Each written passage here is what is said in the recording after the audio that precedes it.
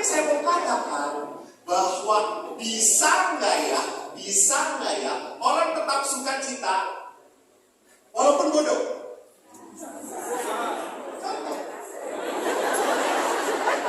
Saya ingat sekali waktu ulangan matematika adik saya, benar-benar semoga tidak ada di tempat ini. Adik saya dia dapat 9. Pulang ke rumah, karena ada ayah, ada ibu, dia tidak ada, salah pohon. Kok kan habis ulangan matematika? Genep, kemarin kan salah balik jadi genep. Saya genep, enam. Bapak, 6 aja bahagia. Kalau 9 bahagia biasa aja, kalau 6 bahagia anak Tuhan.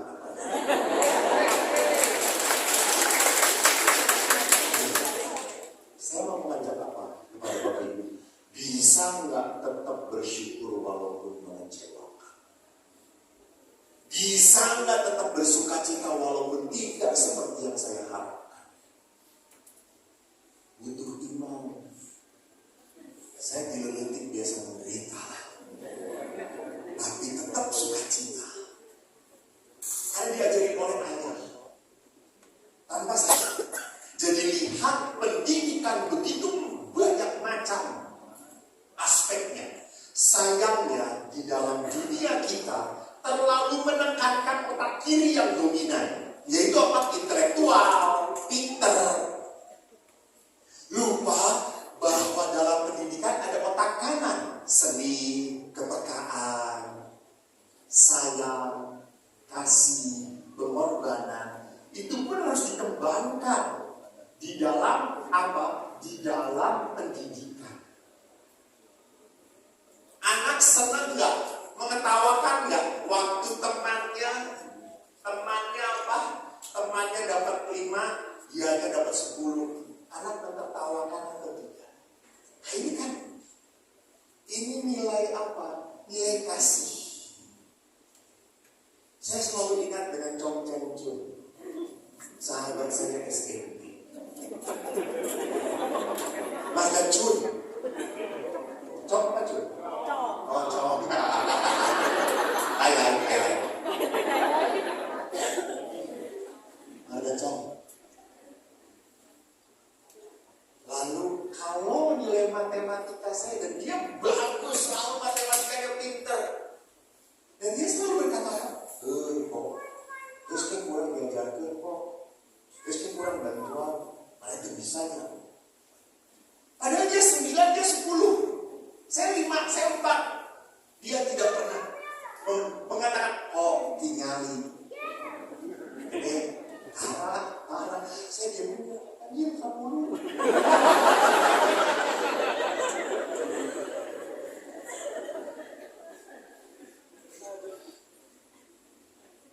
Jadi apakah anak Anda punya hati tidak pada saat lihat temannya lebih rendah dari dia? Maka pendidikan humaniora, pendidikan yang membentuk anak untuk bisa solider.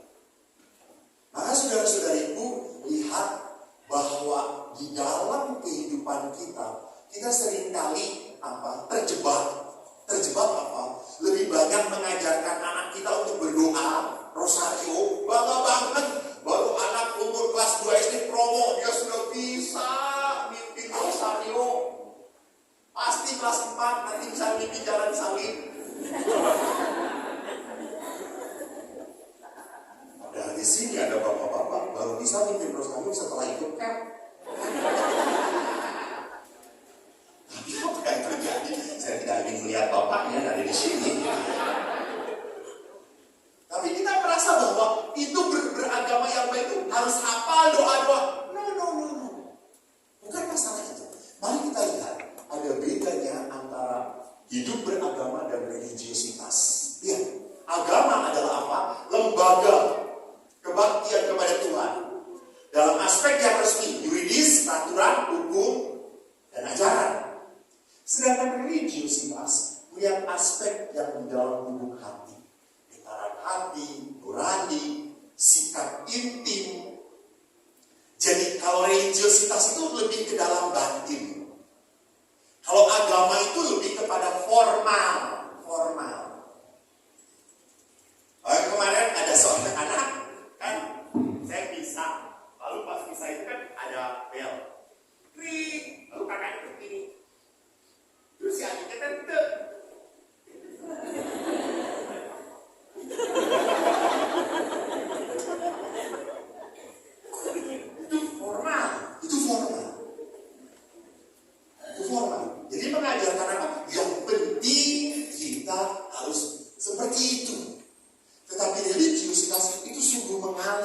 dari sebuah apa? Sebuah penghayatan. Apakah agama itu penting? Tetap penting. Penting. Jadi religiositas itu dibenerin supaya dengan agama, supaya religiositasnya lurus, tidak tersesat. Karena kalau religiositas tersesat, bisa jadi orang itu tiba-tiba merasa saya kerasukan roh Tuhan. Padahal bukan roh Tuhan yang ada pada dia. Tuhan bersabda melalui saya. Salah maneh. Hati-hati. Kalau religiositas tidak diatur di dalam agama, maka kesasar, ngaco. Maka tidak aneh. Maaf ya, mohon maaf. Ada orang yang terus terang membenci ibunya karena disuruh oleh Tuhan. Saya mendengar bisikan Tuhan supaya membenci ibu saya. Kenapa? Karena Yesus berkata, barang siapa tidak membenci orang tuanya, dia tidak layak untuk aku. Lihat. Jadi religiositas kalau tanpa agama akan keblinger. Maka agama tetap penting. Karena apa? Karena di dalam agama ada wahyu Allah. Ada akal hidup beriman. Ada kebersamaan iman. Jadi agama itu memberikan apa? Jalurnya. Kamu lihat bahwa lewat agama Katolik itu sudah beribu-ribu tahun banyak orang yang diselamatkan. Maka mual sesat, mual salah, bener, dia jalan teh. Ini kan betul menyelamatkan. Nah ini agama. Religiositas adalah masalah apa? Penghayatan. Walaupun Anda masuk jalurnya benar, tetapi apakah hati Anda berubah atau tidak? Apakah hati Anda menjadi lembut atau tidak? Karena jangan-jangan ada orang yang taat agamanya, tetapi apa? Tidak dihayati. Tidak dia merasakan apapun. Maka religiositas kita lihat sebagai apa? Yang nampak dalam keikhlasan, pasrah, rasa hormat, terhanyut oleh Tuhan. Itu religiositas. Ada orang yang tiba-tiba ingin berderma, ingin ngasih. Itu religiositas. Saya kemarin dengan ayah, saya sekarang akrab dengan ayah karena ayah sudah tidak ada ini. Maka saya ngobrol dengan ayah. Tiba-tiba ayah itu pada saat Natal kemarin dia bahagia sekali.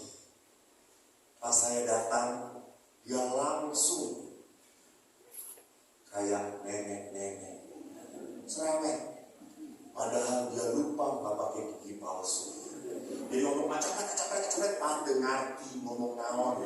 Oh, pakai betul, dia pakai gigi belum jelas. Kenapa Pak? Saya bahagia, saya bersyukur sekali pada Tuhan. Kenapa? Ya Natal ini saya diberkati oleh Tuhan. Banyak orang yang berbelas kasih. Ya syukur. Terus gimana Pak? Saya tidak jalan ke tetangga. Banyak orang-orang dengan yang butuh ya. Terus ya Bapak kasihlah. Saya jadi ikut bahagia. Syukur Tuhan, saya bisa membagi kebahagiaan. Itu. Orang yang religiositas, bukan hanya menjadi pribadi yang bisa bersyukur. Sorry. Menjadi orang bersyukur mah gak perlu beragama juga gampang lah. Diberi Tuhan, alhamdulillah, asik, asoy, cus. Religiositas harus menjadikan Anda adalah pribadi apa? Yang memberikan syukur kepada orang lain. Sehingga orang lain bisa bersyukur melalui perbuatan Anda.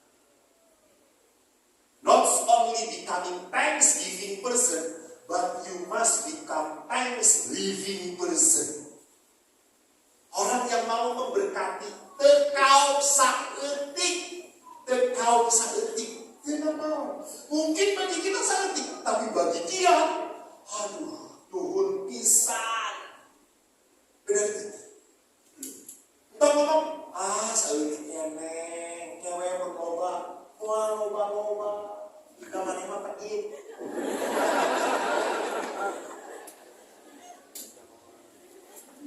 Jadi religiositas adalah apa? Religiositas adalah keberanian orang untuk menjadi pribadi seperti Yesus, tergerak hatinya oleh belas kasih. Belas kasih. Itu religiositas. Maka Bapak Ibu, untuk mendidik anak-anak dalam rangka pendidikan religiositas harus ada kepercayaan dan dialog. Bicara dengan anak. Yuk kita berdoa bareng. Kenapa kita harus berdoa? Maka di dalam kerangka religiositas, Bapak Paulus menulis ada 3 hal yang penting bagi pendidikan anak. Pertama, menghargai setiap anak.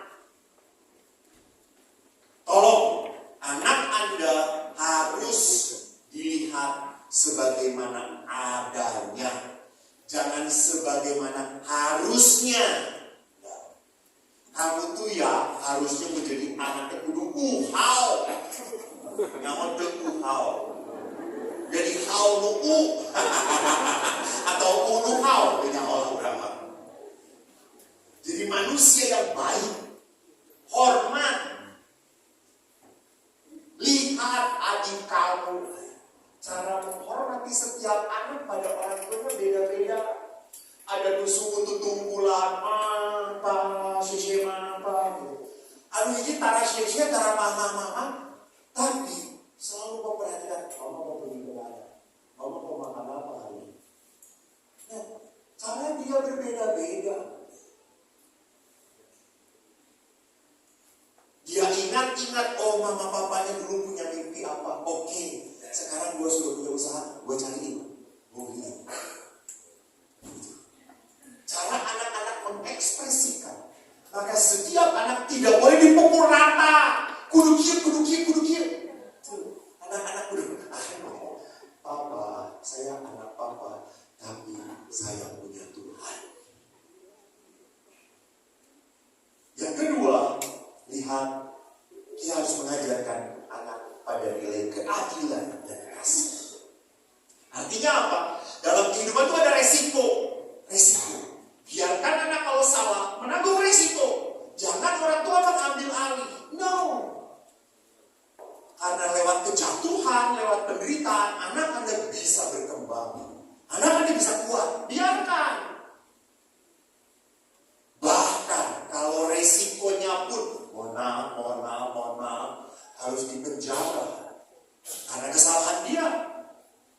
Ya biar menanggung. Tapi kan era pastor pemuda di Bandung letih diomong-omongkan. Halo, kalau nggak ada gosip bukan Bandung.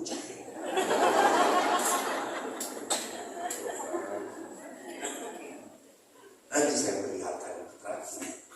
Yang ketiga adalah apa? Anak harus diajarkan rela berkorban. Dari sebuah apa? Dari sebuah pekerjaan. Bahwa pengorbanan itu, lihat bahwa kepada anak kita mengajarkan ada tujuan yang lebih loh dari pengorbanan. Jadi pengorbanan itu membuat hidup kita lebih meaningful, lebih berarti. Lewat pengorbanan, saya lebih punya arti hidup di dalam diri saya. Lewat pengorbanan, bukan lewat cari kesenangan, bukan lewat pengorbanan. Nah, saudara-saudaraku yang terkasih, itu dasar pendidikan. Masalahnya adalah, Romo, anak saya itu gede pisang. Gus hese diatur. Ingat, lebih mudah mendidik anak dari kecil jadi dahsyat daripada merubah anak nunggu sejati. Saya mau berbicara tentang itu. Nah, lihat, bagaimanakah sikap anak zaman now? Bapak Ibu butuh gambar ini daripada gambar si Hideo. Tolong bertahan saja di sini. Gambar saya bisa melihat langsung. Nanti bisa foto, tampilin gede-gede di terakhir. Ya, ada waktu kita kecil ngomong dengan orang tua kayak gitu. Saya yakin Anda tidak akan hidup sampai saat ini.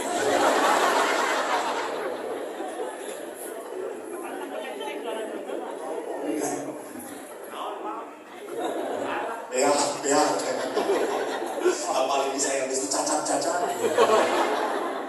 Bulunan di Cicalengka, sukunya di Lembang, tangannya di Padalarang, besar-besar saya. Tapi anak sekarang apakah merasa seperti itu? Enggak, ada apa? Kalau apa? Ya masa ada? Ya otomatis begitu saja seperti dengan temannya. Ingat, dalam Injil sudah diangkatkan, anggur tua tidak bisa masuk ke kantong muda. Nggak bisa. Maka Bapak Ibu, kalau Anda melihat sikap-sikap anak muda, lama-lama, lalu yang beda dengan Anda, lama-lama Anda akan stres. Nah, salah harusnya bukan seperti itu. Kalau kita lihat bahwa anak muda sudah berbeda dengan kita harus belajar stretch, not stress. Stretch itu berarti apa? Kita harus berkembang, bukan mengembangkan badannya yang berkembang. Kita harus mengembangkan hati kita. Hati.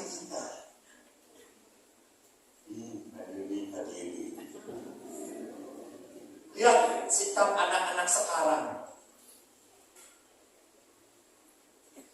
Waktu kecil dulu saya bodohnya, aku disuruh maju ke depan kelas, catat siapa yang ribut, saya bahagia bisa.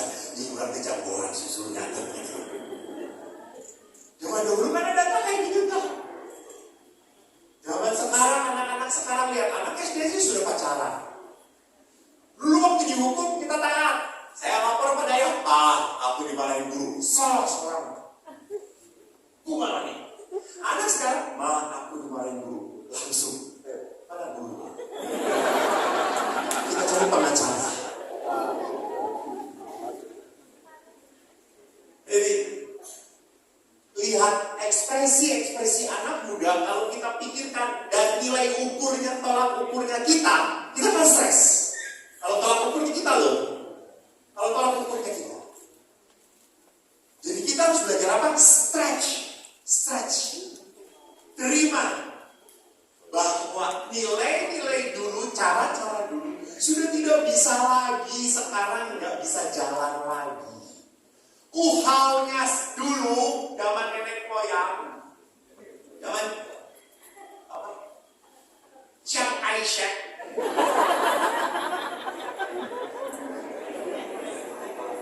Beda dengan zamannya Cenlung. Jadi di sini kita belajar untuk apa? Stretching hati kita. Dan stretch karena kalau kita memakai ukuran 2024 dengan 1000, ini kan kelahirannya tahun 1897. Datang bumi unggul. Gak bisa dipakai ukuran, gak bisa. You must stretch your heart. Stretch your mind, buka pikiran, buka hati. Maka kita harus belajar religiositas, bukan agama. Harus kayak gitu, no. Dia walaupun seperti itu, tetapi masih punya hati. Dia masih mikirin kita.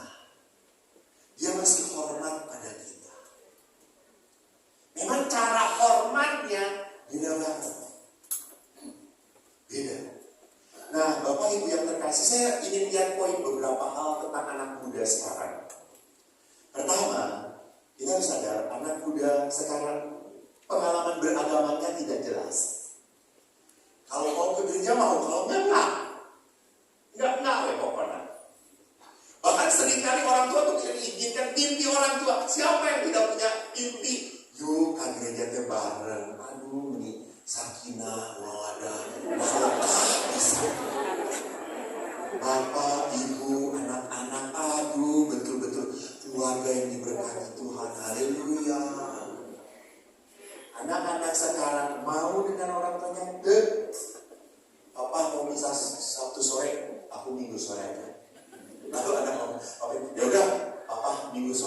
aku Sabtu sore. Pokoknya debar. Karena apa? Tidak mau. Kurang keren. Masa masih jadi orang tua? Era. Apakah mereka masih berdoa dengan cara mereka? Karena ya ada beberapa ibu. Terus dia nanya langsung bilang, kamu tuh tidak buat anak saya? Udah rapi gini. Ya saya sama bapak terus amin. Kenapa? Saya bayangin. Jadi anak-anak sekarang maunya praktis. Dua, masa muda adalah periode pubertas. Muda apa pubertas itu? Sedang mencari dirinya siapa, jati dirinya. Kenapa sampai seperti itu? Maaf. Ini juga dipicu oleh apa? Orang tua yang tidak pernah puas dengan anaknya. Orang tua yang tidak pernah memberikan hal positif pada anak. Selalu mencela, selalu aja anak ini salah di hadapan orang tuanya. Padahal di hadapan Tuhan oke saja. Tapi di hadapan orang tuanya selalu aja salah. Maka anak-anak sekarang cari seperti apa saya itu. Maka nanti ada beberapa krisis. Yang ketiga adalah anak muda menghadapi bingung, frustrasi. Ada 3 hal kebingungan mereka. Pertama, mereka bingung makna hidup mereka. Untuk apa mereka hidup? Mau cari apa dalam kehidupan? Apalagi kalau anak-anak, mohon maaf ya, punya orang tua yang sudah mapan. Anak-anak tidak tertantang untuk apa? Maju. Dan orang tua sudah mengatakan, teruskeun ya. Teruskeun. Mun papa geus eueuh teruskeun. Sudah. Renaun deui. Semua sudah ada, semua sudah tersedia, nggak perlu capek-capek. Maka mereka kehilangan makna. Kedua tadi, kebingungan akan identitas. Kenapa tadi? Dia tidak damai dengan dirinya. Yang ketiga adalah, ini yang menyedihkan, bingung akan intimitas.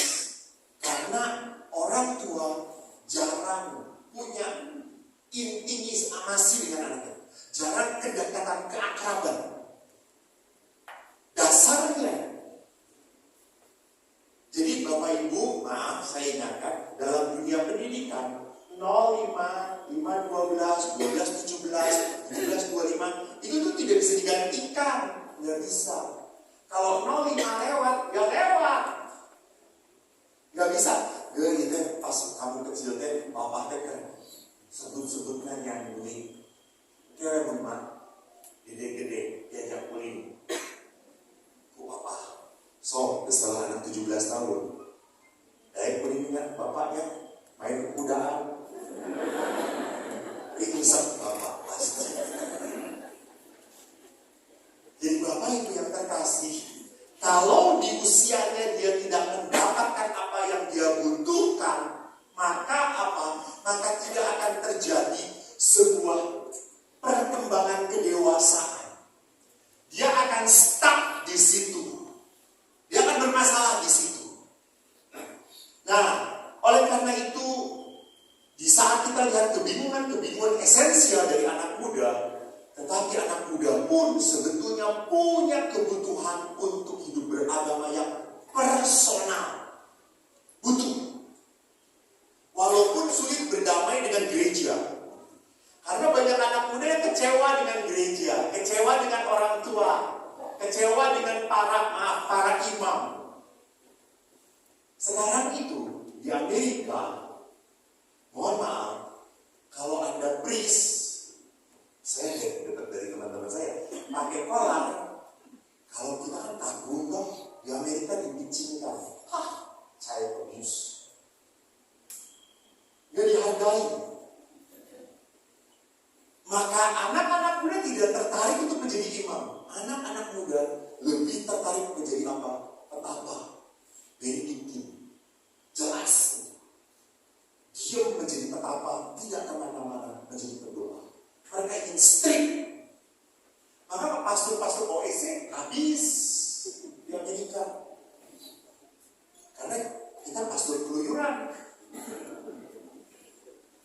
Tetapi Benediktin, Trappis masih bangun. Karena menarik. Anak-anak masih bangun. Orang udah tahu kalau mengikuti Tuhan harus takut kayak gitu. Nah, saudara-saudaraku, jangan berpikir bahwa anak-anak itu anti pada agama. Dan mereka merindukan. Mereka tahu ada Tuhan.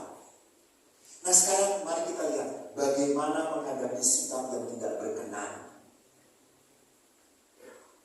Sekali lagi, usia 17, 25 anak-anak ke atas, orang tua harus menolong anak untuk mencapai apa yang anak maui.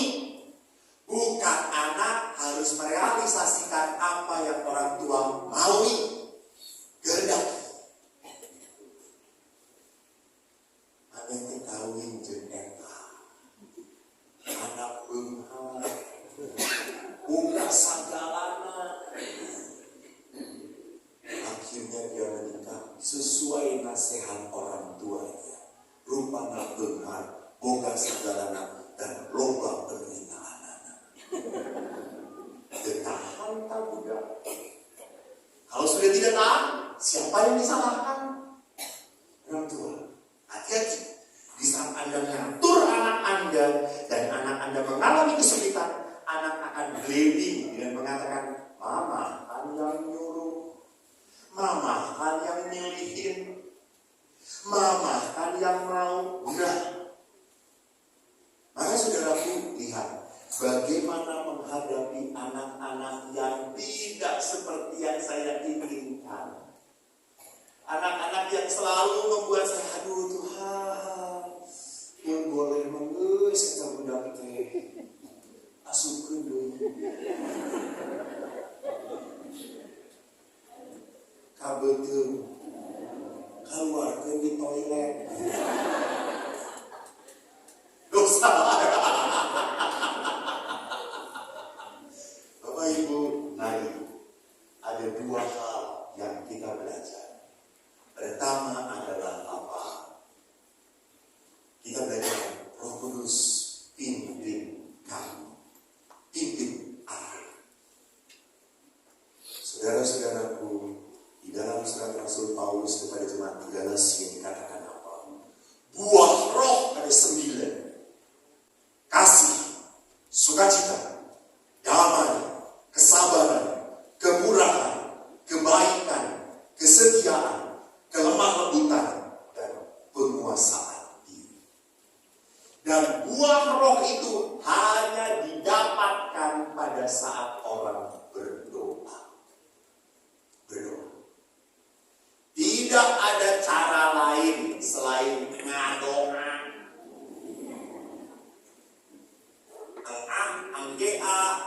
Doa, ngadoa. Doa. Yesus saja sewaktu di Taman Getsemani mau menghadapi peristiwa besar, dia ngomong kepada muridnya, berjaga dan berdoalah supaya kamu jangan jatuh dalam pencobaan. Roh menurut tetapi daging lemah. Yesus ngomong apa?